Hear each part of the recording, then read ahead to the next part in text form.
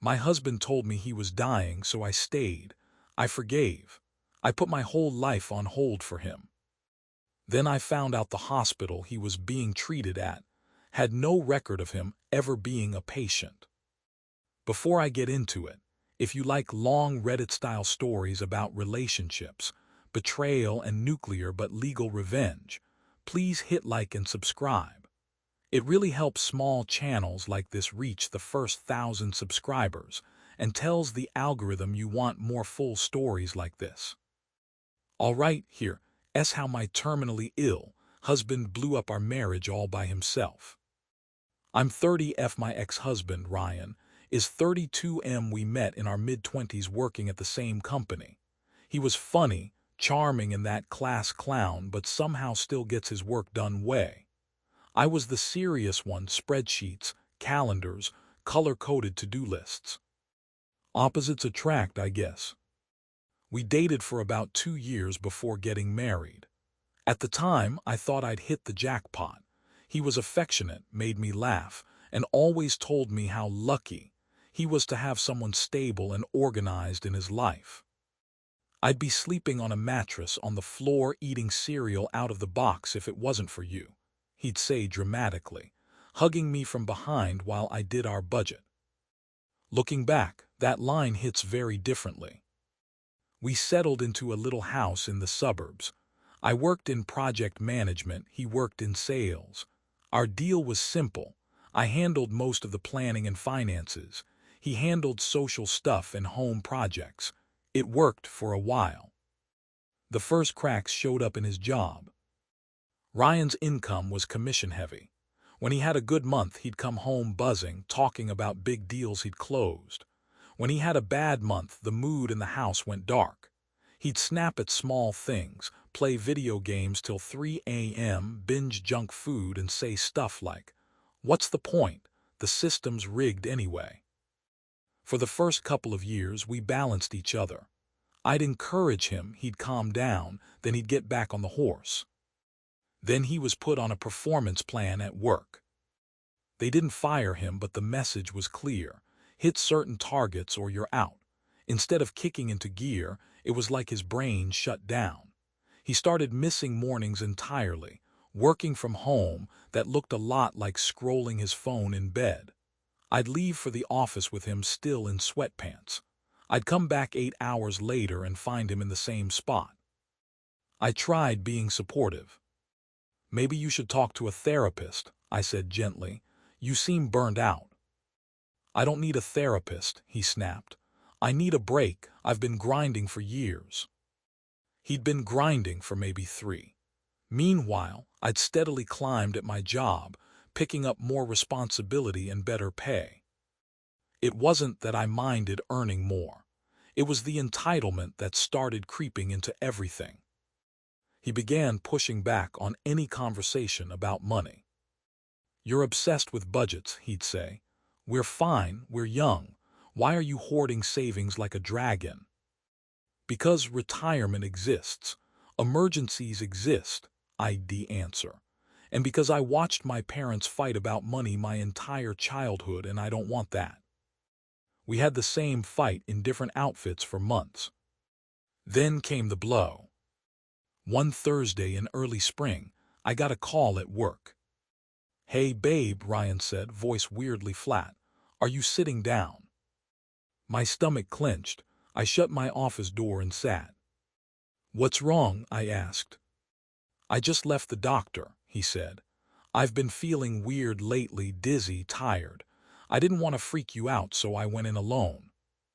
My mind started racing.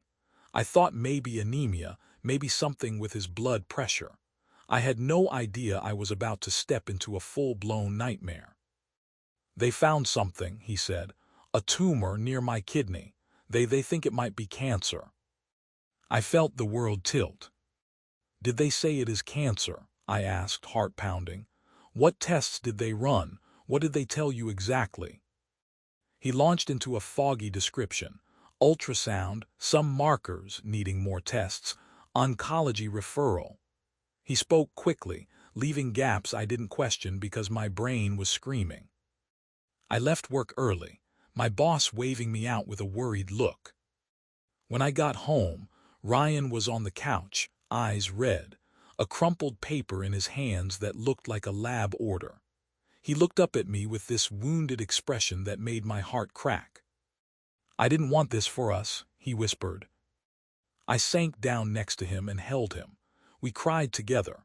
I promised we'd face whatever it was together. I didn't realize I was promising myself into a game I didn't even know we were playing. The next few weeks were a blur of appointments. I put that in quotes now, but at the time, they were very real to me. Ryan would tell me he had to go for another scan or blood work or consult with the specialist. When I asked if he wanted me to come, he'd say, "It's just intake stuff. They're just asking questions. They said it'll be quick. No point in you missing work." They get weird when too many family members ask things. I don't want to be that guy.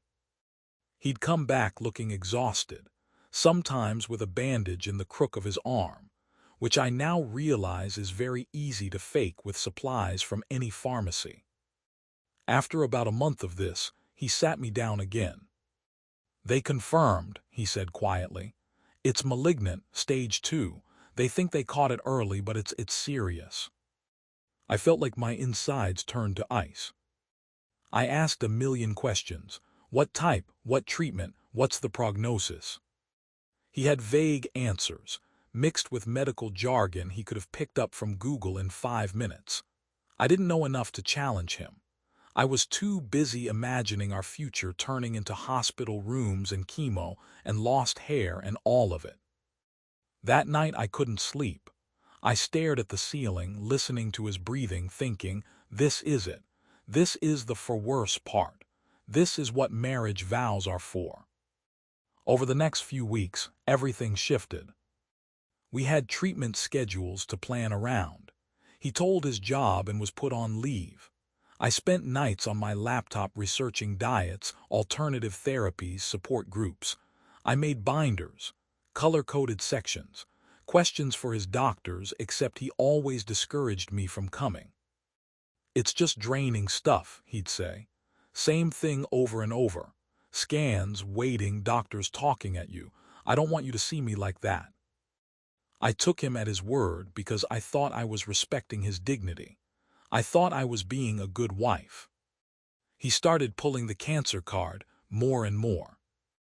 If I asked him to rinse his dishes, he'd sigh and put a hand to his side. "The pain's bad today," he'd say. "Can you handle it, given the circumstances?" If I mentioned money, the mortgage, my student loans, his mounting medical bills, he'd get this wounded look. "Wow," he'd say. "Didn't realize my possible death was such an inconvenience to your spreadsheet." It was emotional blackmail dressed as vulnerability. I couldn't see it yet. Some part of me knew the numbers were bad. His job cut his pay when he went on leave. My salary covered basics, but the copies and treatments he talked about made my chest tight every time I checked our accounts. I suggested selling his car, downsizing, maybe moving to a cheaper place if things got worse. He reacted like I'd suggested unplugging his life support. "That car is the only normal thing I have left," he snapped. "You want me to lose my hair, my health, and my car in the same year?" I backed down again. Around this time, intimacy died too. At first I didn't question it. He was sick. I wasn't going to pressure him, but the emotional distance that came with it hurt. He'd scroll on his phone late into the night, turning away when I climbed into bed. One night, maybe 6 months into this saga, I reached for his hand and said, "I miss you." He pulled his hand away. "Can we not make this about your feelings right now?" he said. "I'm literally fighting for my life." There it was again, the shield I wasn't allowed to touch. My friends and family were sympathetic, but also frustrated. "You look exhausted," my best friend Kelly said. "You're doing this alone. Let me come to an appointment with you guys. I can take notes, ask questions. You shouldn't carry this alone." "I would," I said, but he doesn't want anyone there. He says it's too overwhelming. She frowned. That's odd, she said. Most oncologists encourage bringing someone. The first real doubt planted itself in my brain right then. It grew slowly at first. A comment here, an inconsistency there. He'd say he was at one hospital, then later casually mention something that didn't line up, like parking he described at a different campus. He'd talk about a nurse by name, then the next week call her something else. I told myself, he's stressed. Memory is weird under stress. Don't nitpick a sick man. Then I saw his search history. I wasn't snooping. I was borrowing his laptop because mine was updating. I opened a new tab. The suggestions popped up. Early kidney cancer survival rates. How long can you live without treatment? Fake medical record template. That last one felt like a punch to the face. My heart started racing. I scrolled further. Symptoms of chemo. How to make yourself look sick without actually being sick. My vision blurred. I wanted to slam the laptop shut and pretend I hadn't seen it, but some stubborn part of me had had enough. When he came home that evening, I was sitting at the table with his laptop open, the search history on the screen. "What is this?" I asked, voice shaking. He froze, then tried to laugh it off. "Wow, privacy much," he said. "I was curious. You know how you doom scroll WebMD? Same thing." "Fake medical record template," I said quietly. "That's not doom scrolling." He scoffed. "It was a stupid joke some guys made in a group chat," he said. "Like, haha, imagine if you could fake sick days." I clicked a link. That's it. You're really going to interrogate a cancer patient right now. There it was again, the shield. I backed off, but the doubt was now a knot in my stomach. A few days later, I told him, "I want to come to your next appointment. I've respected your space, but I need to understand what's going on. As your wife. As the person who's going to be here with you through all of this." He got angry, really angry. "You don't trust me," he said. "After everything I'm going through, you're going to treat me like a liar." I swallowed and said, "If everything is as you say, there's nothing to hide. I just want to talk to the doctor. That's normal." We had a massive fight. He called me controlling. I ended up crying myself to sleep on the couch. He slept in the bedroom, door slammed. The next morning he came out with red eyes and said in a small voice, "Fine. Come to the next one. It's on Tuesday. I'll text you the time." He never texted the time. Tuesday came and went. He left the house in comfy clothes with his chemo bag, saying he'd text me when he was done. I had to go to work because someone had to. The whole day, I felt like I was crawling out of my skin. At 3 p.m. I snapped. I called the main hospital he claimed he was being treated at. I gave them his full name, date of birth, and explained I was his wife, and I just wanted to confirm his next appointment time with oncology. The woman on the phone typed for a minute and said, "I'm not seeing anyone by that name in our oncology department. Are you sure it's this hospital?" My mouth went dry. "He said he's been seeing Dr. Patel," I said. It was a name he'd mentioned multiple times. She typed again. "We don't have a Dr. Patel in oncology," she said gently. "I can check other departments, but—" "That's okay," I cut in. "Thank you." I hung up. My hands were shaking so badly I could barely hold the phone. I called the second hospital in our city just to be sure. Same story. No patient by that name in oncology. No Dr. Patel. I sat at my desk in stunned silence, the office noise fading into the background. My whole body felt numb, except for a growing cold fury starting in my chest. He came home a few hours later, pale and exhausted, smelling faintly of weed and fast food. "Chemo wiped me out today," he groaned, collapsing on the couch. I stood in the doorway, watching him. How was Dr. Patel? I asked. He closed his eyes. She upped my dosage, he said. Says we'll know more after the next scan. Silence stretched between us. There is no Dr. Patel at that hospital, I said, and there is no record of you as a patient in oncology at either hospital. His eyes snapped open. He went very still. What? He said. I called, I said. Both places. You've never been treated there. You've never been their patient. For a moment, I saw pure panic in his eyes. Then his face rearranged itself into annoyance. Wow, he said. You really called my hospital. That's a HIPAA violation or something. They're not supposed to tell you that. They told me you don't exist, I said. Ryan, do you even have cancer? There it was, the question I hadn't let myself ask. His jaw clenched. How dare you, he said quietly. How dare you suggest I would lie about something like that? Then prove it, I said.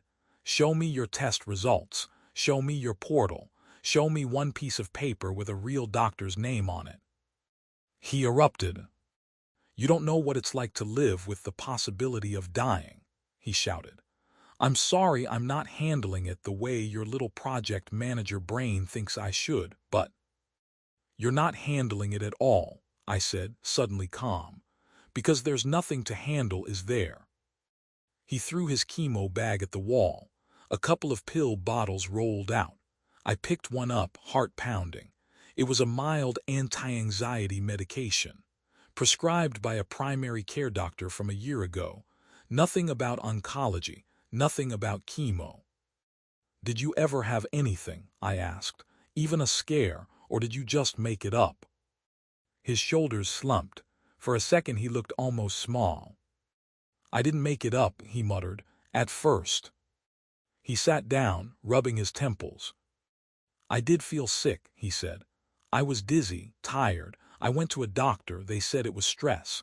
But when I told my manager, he was suddenly nice to me. HR talked about accommodations. You fussed over me.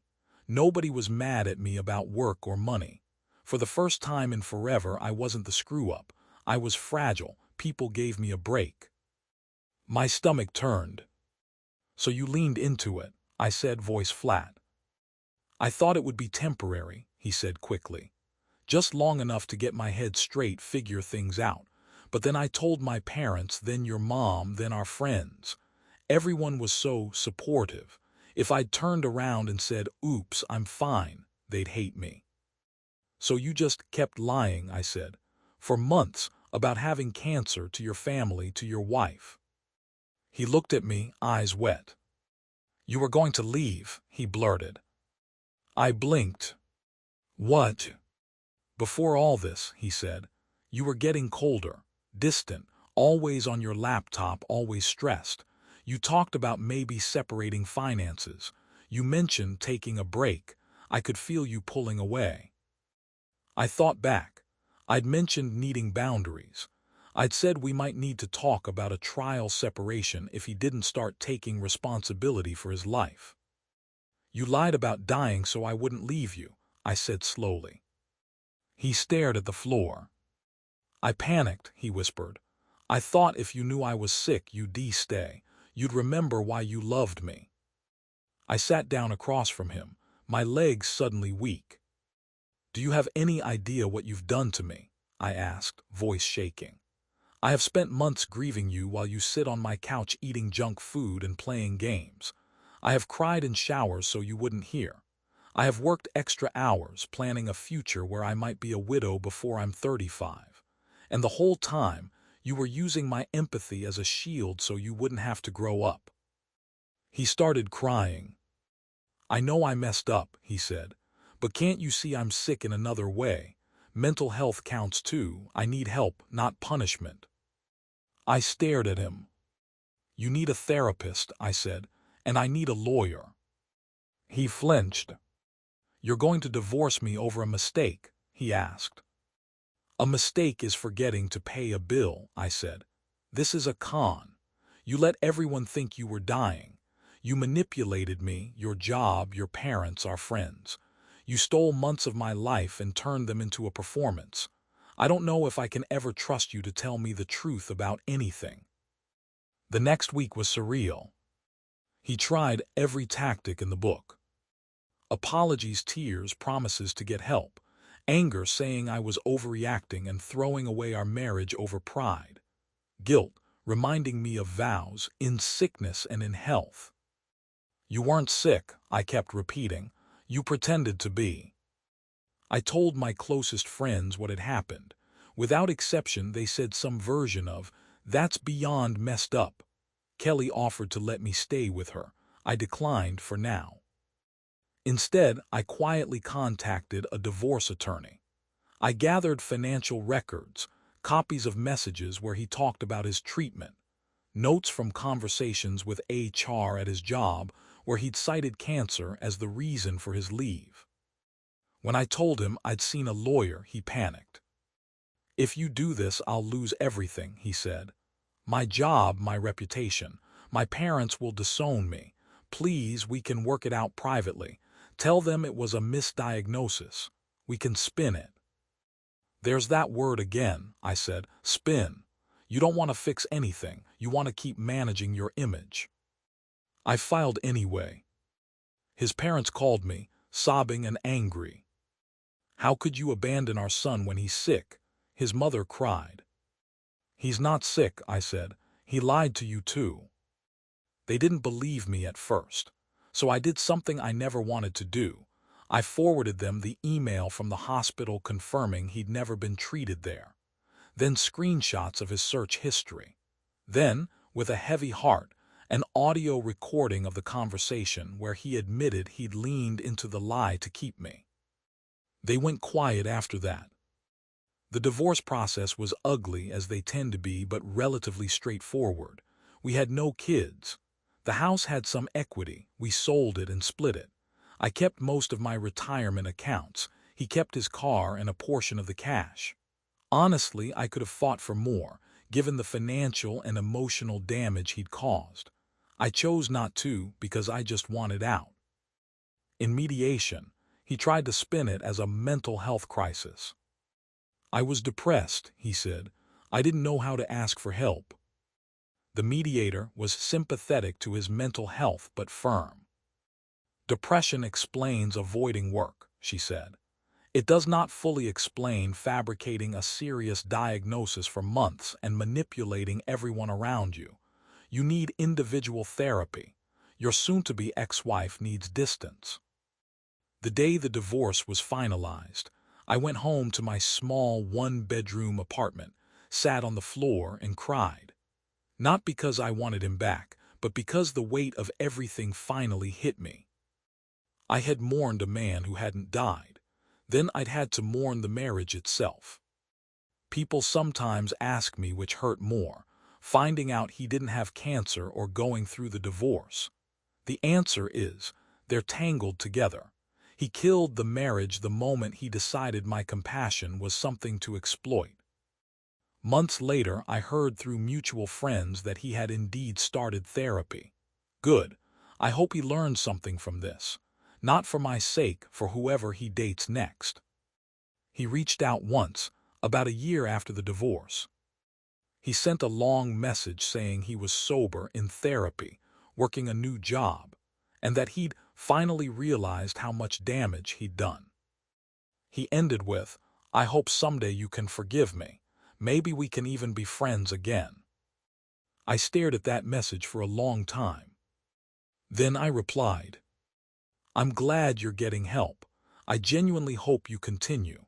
I don't hate you, but I will never forget what it felt like to plan for your death and then find out you used that as a strategy to keep me. That version of you is not someone I can have in my life. I wish you well from a distance." Then I blocked his number. Now I'm 30, single, living in a quiet apartment with plants that don't lie to me. I go to my own therapy. I'm learning that I'm allowed to have boundaries, even when someone is suffering. That empathy doesn't mean letting people walk all over you. If I ever get married again, there will be a lot more conversations up front about honesty, mental health, and what asking for help looks like without performance, without manipulation. And if anyone ever tries to use in sickness and in health as a weapon against me, I'll remember this. Those vows are about facing reality together, not rewarding someone for inventing a sickness to trap you. Thanks for listening to my story. If you made it this far, don't forget to like the video. Tell me in the comments what you would have done when you saw that search history, and subscribe to the channel. We post long Reddit-style stories about relationships, betrayal, and revenge every day, and your support really helps us reach our first 1,000 subscribers.